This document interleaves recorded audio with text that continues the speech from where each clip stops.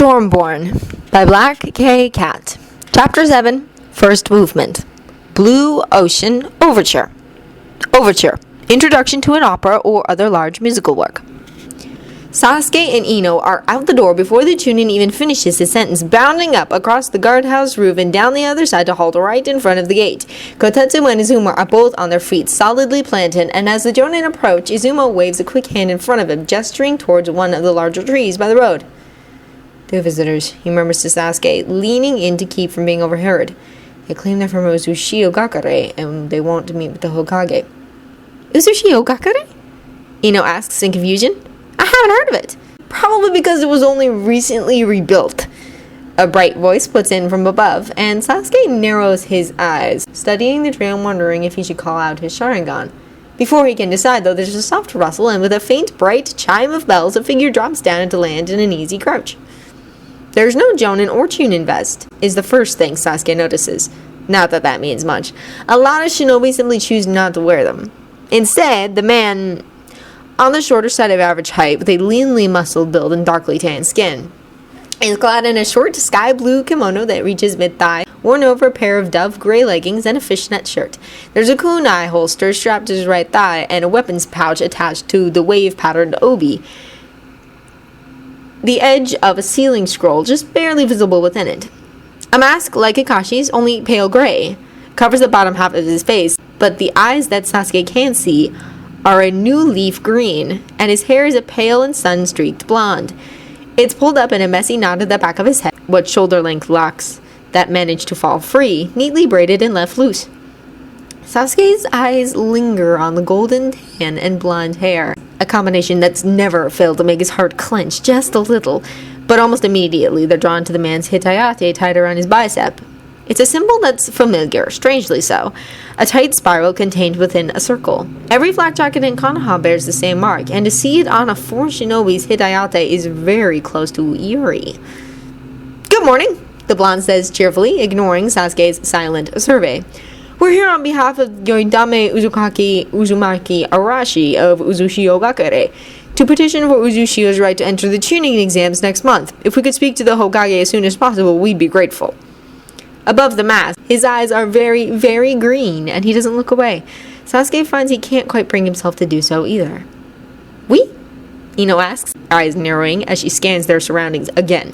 The blonde half turns and waves up into the tree, and a moment later another man drops into sight. Dark-haired, this time, wearing a more regular shinobi uniform in shades of gray and blue, with a dark visor over his eyes and his hair pulled up in a neat tail. "We," the blonde agrees, apparently unconcerned with the tenseness of the Konoha shinobi. Sasuke pegs him as either an idiot or a very good actor. "He's Yuki, and you can call me Yoko." Ino glances between them and then raises a brow. "Yoko?" she asks in faint disbelief, because she's never ever been one to hold her tongue and be polite when she's not forced to. Were he not the same, if slightly more taciturn, and were Anbu not really required to speak, it likely would have driven Sasuke to drink by now. "Isn't that a girl's name?" Yoko grins, the sharp light twist of it just visible beneath his mask.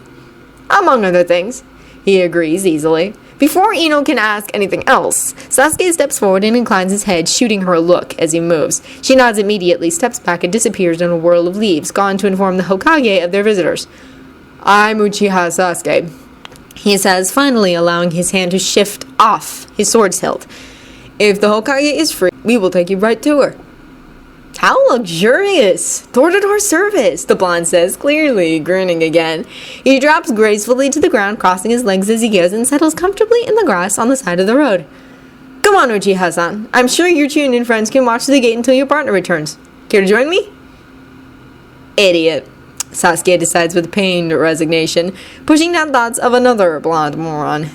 "Yet another idiot! Why is this my life?" But he settles a careful distance from the man because he seems willing enough to give it answers, and Sasuke is the type to take complete advantage of that. Because if the man is a Kage's emissary, he can't be that much of an idiot. No village leader, especially from a newly formed, or reformed as the case may be, hidden village, would take the chance of a foolish messenger saying something inappropriate and damaging relations before they can even form. "You said your Kage is named Uzumaki Arashi?" Sasuke asks, because he'd caught the name, and while he won't allow himself to hope. Yes, Yoko affirms, raising an eyebrow at him, as though it's something he should already know. The Uzumaki originally founded Uzushio, and they're still our largest clan. Your Shoudame married the daughter of our Shoudame, actually. Uzumaki Mito was from Uzushio. It's not disappointment that he's feeling. Just resignation at the fact that his search isn't over yet. And Sasuke knows that Naruto isn't the only one to bear that family name. But just for a second, he had wanted, but he wants quite often these days. So that's nothing new there. Yoko looks away from Sasuke towards what little of Konoha can be seen through the gate, and Sasuke can see the turn of his smile. But he says nothing, only hums softly to himself, and Yuki remains completely still and entirely silent. Sasuke looks at the blonde, thinks of blue eyes, the shade of a summer sky, and golden hair several shades darker than this man's, and resists the urge to close his eyes and look away. He's on duty, and this is no time for weakness. There are thousands of people across the elemental countries with that particular combination of coloring. He has no reason at all to feel so thwarted. But as ever, he wishes it were Naruto sitting across from him, and by this point, he doesn't even try to fight it anymore. Gaara stands on the warm stone of the docks, arms crossed over his chest as he watches two red-headed children and a blind boy running on the surface of the water.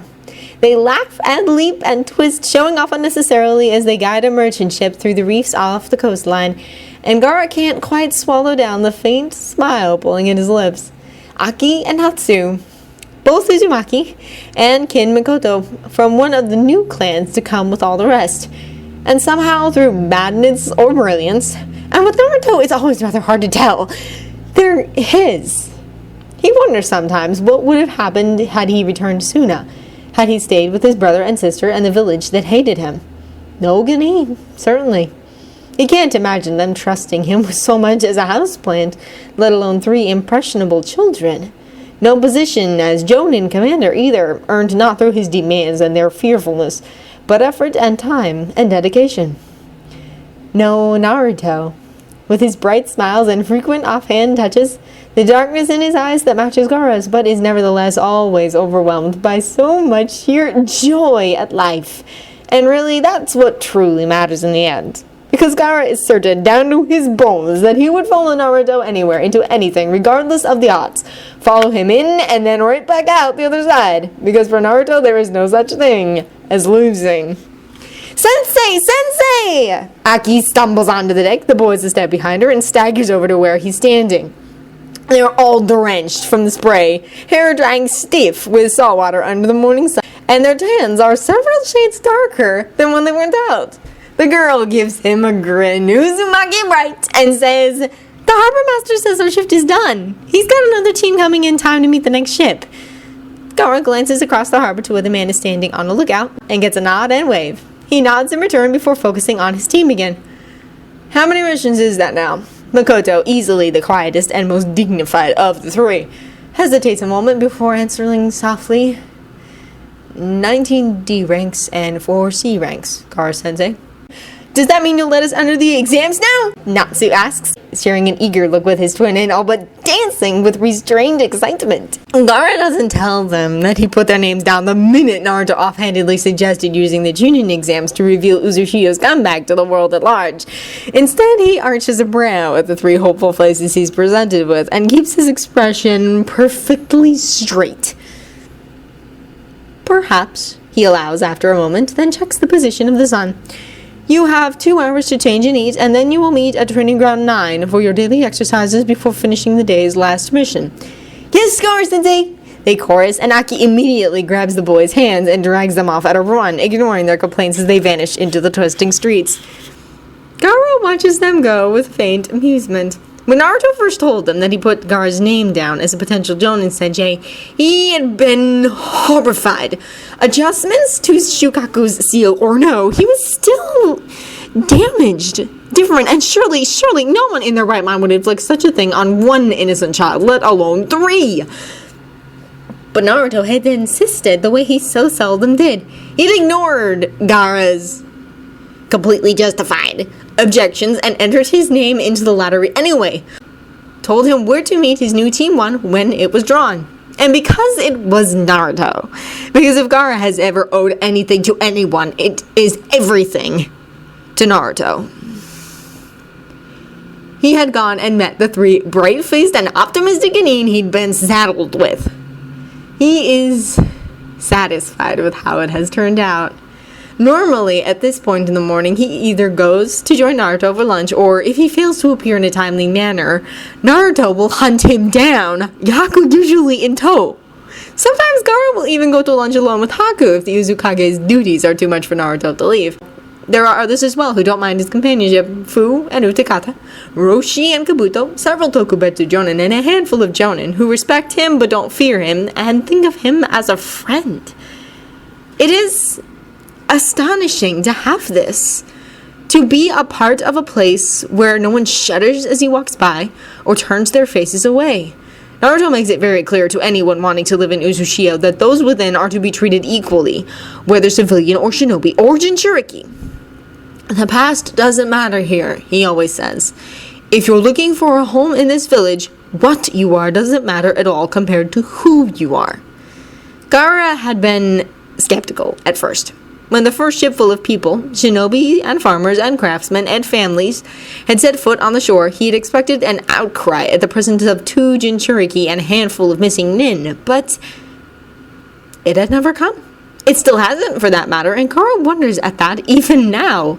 Haku has said that those who come are always so desperate for a home that they don't care, that they are all displaced outcasts in their own right and can sympathize with those in the same situation. And after 6 years, with very few disturbances of any sort, Gaara is almost convinced. The sun is warm on his shoulders, and he lifts his face to the clear sky, raising a hand to shield his eyes. As ever, the smell of salt is sharp in his nose, but familiar after over half a decade in this village, and he allows himself a small smile. Here, he never has to question his purpose. Here, he never doubts what he was born for. He is the Jonin commander and leads a Genin team, stands second in authority to the Uzukage himself, and is a valued member of the shinobi forces. People smile at him and laugh freely when he's around, greet him and touch him and never flinch away. Perhaps a large part of that is because they never saw him before, chopped in Shukaku's bloodlust, but it's still something he doubts he would have ever had in Suna. Gaara breathes out, centered and calm, and turns on his heel to head back into the village. Naruto is 2 days gone already, Haku with him to keep him out of trouble, and Gaara has enough duties as interim leader that this handful of hours with his Genin team are an indulgence. And indeed, a young woman in an unzipped Jonin vest is striding down the street towards him, crimson hair bristling, and glasses ever so slightly askew. "Karin," he greets over the faint stream of obscenities she's hissing. The hem of her skirt and one of her sleeves is soaking wet, and Gaara is willing to bet a month's pay that she's fresh from yet another screaming match with Suigetsu. "Gaara-san," she returns, eyes flashing. "Do you know what Fu said? She told me Suigetsu and I fight like a married couple! A married couple! Ah! She should have been drowned at birth, that little..." She subsides into muttered cursing again, and Gaara very carefully doesn't let any of his amusement show on his face. Karin is very good at being passive-aggressive underneath all her bluster, and Gaara would rather not find himself trapped in the Uzukage's office until midnight signing documents. His sleep is a luxury he enjoys indulging in, now that Naruto's modifications to his seal make it impossible for Shukaku to overwhelm him. "If we're a married couple, it's one on the verge of divorce," Karin snarls, throwing her hands up in aggravation. "I hate him, Gaara-san! Oh, the jerk!" "I take it there are matters that need overseeing?" Gaara asks mildly, heading back up the street. Several passing shinobi give him sympathetic or amused smiles when they see the rantic redhead beside him, and he tips his head slightly in amused acknowledgement. Karin narrows her eyes at him behind her glasses, but allows the change of subject with a sniff. Yes, there's a disagreement between two clans in the West District over a piece of unclaimed land they both swear is theirs by right. Ine-san from the library found the records, but we think it's best if you deliver the verdict. Less chance of bloodshed. Then there are 3 groups requesting entrance to the village. One is a merchant party from Wave Country, the second is a handful of shinobi wanting to join, and the third is a delegation from Hot Springs Country hoping to rework their trade agreement. I've set up a schedule, so follow it! No more running off to play with your Ganin! Gaara doesn't roll his eyes, but it's tempting. Karin is the Uzukage's assistant and very good at her job, but she's loud and used to dealing with Naruto, who tends to get distracted by his people all too often for her tastes. Of course, Gaara knows. It's one of the reasons Naruto is so well loved. People are used to thinking of the Kages as remote, untouchable figures in their heavy ceremonial robes and high towers, distant and almost godlike in their power. But Naruto is different. He walks through the streets like anyone else, laughs and smiles and greets an extraordinary number of people by name and like old friends, picks up children and teases Genin and remarks on craftsmen's wares. Often when Gaara looks at him, he feels as though he's looking at Uzushio given form, an entire village distilled down to its essence in one bright and brilliant man. He pauses on the crest of a small rise, turning to look back at the ocean as it stretches away, at the city spread out around them in golden brown and red and white, and can't help but smile once again at the sight of it all. 6 years now, almost 7, and never once has he regretted his decision. Not even for a moment. From Uzushio, you said? Tsunade sighs and rests her elbows on the desk, rubbing the bridge of her nose wearily. In front of her, Ino nods respectively. Yes, Okage-sama. 2 of them. And I guess they're both jonin from their chakra levels. Sasuke-kun is staying with them at the moment, but they requested they see you as soon as possible. Tsunade wonders if it's a trap, a trick of some sort, though she can't imagine the purpose. Bring them here, she orders after a long moment. Treat them as guests, unless they prove otherwise. Yes, Okage-sama. With a quick salute and a blurring leap, the young woman is out the window and headed back towards the gate as quickly as she can go. Tsunade stares after her for a moment, then directs her attention back to the matter at hand. She remembers Uzushio, though she only visited it a handful of times. Most memorable, perhaps, was attending the Uzushio Jonin exams at the Nidaime Uzukage's invitation. Tsunade closes her eyes and thinks of walking through brightly paved streets with her granduncle beside her and her grandmother in front of them. Not even an academy student yet, and easily odd. Remembers men and women in bright robes and groups of shinobi laughing together as they laid bets. The tests had been hard, and the Uzushio shinobi had cheered loudest for one of their chunin in particular, a young man with golden hair and a fondness for seals and powerful ninjutsu. The blonde boy had won the exam, placed first, and advanced to Jonin with ease and not an ounce of surprise from anyone around them. And Tsunade recalls that Mito had smiled them, small and slow and satisfied. That boy, she had told Tobirama, voice low, but strong. He's the newest hope of the Uzumaki clan, a genius with wind and water affinities. My niece, Seihara Jean, was his teacher, and she says he has an instinctive grasp of chakra techniques like she's never seen before. Uzukage-sama is eyeing him as a possible successor. Tobirama's eyes had narrowed, thoughtful and faintly unhappy, and he had murmured, "A child?" "A brilliant one," Mito had countered. "And he's already 15. There was even talk of taking him as the next host for the Kyuubi, but for all he's an Uzumaki, he isn't directly related to the Uzukage's family, or to mine." Her eyes had darkened, but she had raised her chin. "Also, he will be too old by the time I am ready to pass this burden on. I have a few good years in me yet." It was then that the young man had turned, almost as if he had heard Mito's words, and looked up into the stands where they sat. Blue eyes, Tsunade remembers. As blue as the ocean, or as blue as the sky, and so very, very determined. The newest hope of the Uzumaki clan, she had thought then. Hope. It had suited him. There had been other meetings afterwards, if only a few. The blonde, Uzumaki Arashi, she had later learned, had been Uzukage 4 months when Sarutobi became Sendame Hokage, and both men had been friends, as much as their positions allowed. As Sarutobi's student, she had encountered the man twice on his visits to Konoha, and he had always seemed kind and gentle, with a terrifying fierceness buried inside him, like a storm, just waiting to be unleashed. The god of shinobi and the storm god, both third to lead their villages, both chosen young but very, very strong. Sarutobi had raged when they received news of Uzushio's fall, far too late to do anything. He had raged and ranted and wept when he had thought they could not see, because Uzushio was very nearly a twin of Konoha. They were so close. An unwavering ally, a village of friends, when most shinobi were set at odds by politics, and it had all been lost in the space of a few days, brought to ruin, because Kiri feared Uzushio's power. But now it's been rebuilt, if this news is anything to go by. Rebuilt and repopulated a shinobi village once more, one with strength as well, to be able to send 2 jonin on a mission deep into another country with no guarantee of a swift return. Jonin are, for the most part, the main source of income for their villages. B and C ranks might be more plentiful, but it's the A and S rank missions that bring the most money. 2 jonin spared means this is either a very important mission, possible, given that it is more or less an announcement of Uzushio's return, or considered dangerous. Also possible, as whatever treaties Konoha and Uzushio held ended when their village fell. Or both. A knock on the door draws her attention, and she calls a sharp, "Come in," even as she rises to her feet. Her first glimpse of them is almost a shock, because she remembers another blonde jonin dressed almost identically to this one.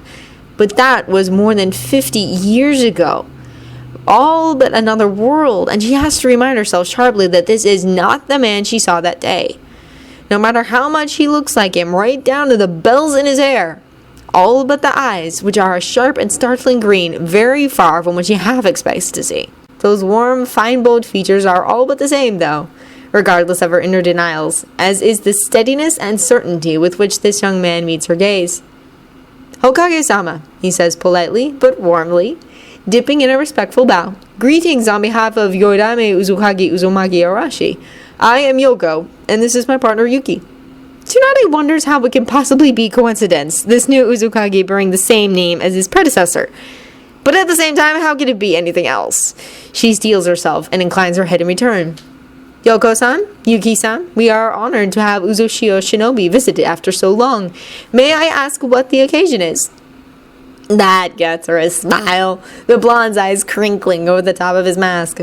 "We finished reconstruction 2 years ago," he answers readily. "Our first Genin team started training then, and a majority of them have been declared ready to take the Chunin exams. Uzukage-sama thought to petition to enter them now, as Konoha is host this time, and your village has long been a valuable ally to ours. The Chunin exams are a traditionally neutral event, and it's hardly up to Tsunade to deny a country that wishes to enter." She nods, resettling into her seat and pulling a blank scroll closer. "I'll make arrangements and notify the proctors," she agrees. "How many teams?" "4, Yoko answers, still smiling. But there's relief in the lines of his face, and Tsunade wonders at it. Did they really think she would deny them? Rebuilt or not, Uzushio has always been an ally, and they haven't done anything to disprove that yet. Moreover, this is the first Tsunade has heard of their return, and that they haven't come begging for help from Konoha in their reconstruction almost makes her more inclined to trust that this isn't some trick. Shinobi are proud to a fault, after all, especially where their villages are concerned. She makes a note off to the side, then nods. "Very well. Will you be returning to Uzushio with the news?" "I will send a message," Yuki says unexpectedly, taking a half step forward and inclining his head. "Uzukage-sama will need us here for the transportation seals to work, and it would be simpler for us to remain until the exams begin." Transportation seals? Tsunade knows that Uzushio shinobi have a habit of treating such things as commonplace, given their sealing abilities, so she tucks the question away for later. "You're more than welcome, of course. Ino, please take them to one of the inns and get them settled. Uchiha, I need a word." "Hokage-sama," her jonin answer, one significantly more enthusiastic than the other. Ino shoots Sasuke a smug, if well-hidden smile, then steps forward with a murmured, "This way, please," and escorts the Uzushio nin out of the room. Tsunade lets the silence linger for a moment, watching as her favorite jonin, for torturing, starts getting tense and twitchy. Then, with her sweetest smile, she leans forward on her elbows, folds her hands under her chin, and orders, "Bring me Jiraiya!" Sasuke flinches like she slapped him, jerking his head up to meet her gaze. He's trying for puppet dog eyes, likely learned from his partner who's absolutely devastating with them. But improvements in temperament aside, he's still a bit too much of a jerk to actually pull them off. But he protests. Tsunade knows very well why he's so reluctant. Jiraiya still hasn't broken his habit of perving on the women's bathhouses, and whenever Sasuke is around, the third sage has a tendency to use his eternally reluctant student as bait. It is quite honestly one of the funniest things Tsunade has seen in her long life. And after a childhood spent with Orochimaru and Jiraiya in their prank wars, that's saying something. No buts, she counters mercilessly. That's an order, Uchiha. I want Jiraiya in front of my desk in one piece within the hour. Go! The glare he shoots her isn't so much murderous, as was likely his intention, as it is horrified, reluctantly resigned, and deeply wounded. But he goes. Tsunade snickers and leans back in her chair, wondering if it would be petty to assign a Gideen team to get pictures of the scuffle that's sure to take place. She has absolute authority for a reason, though, right?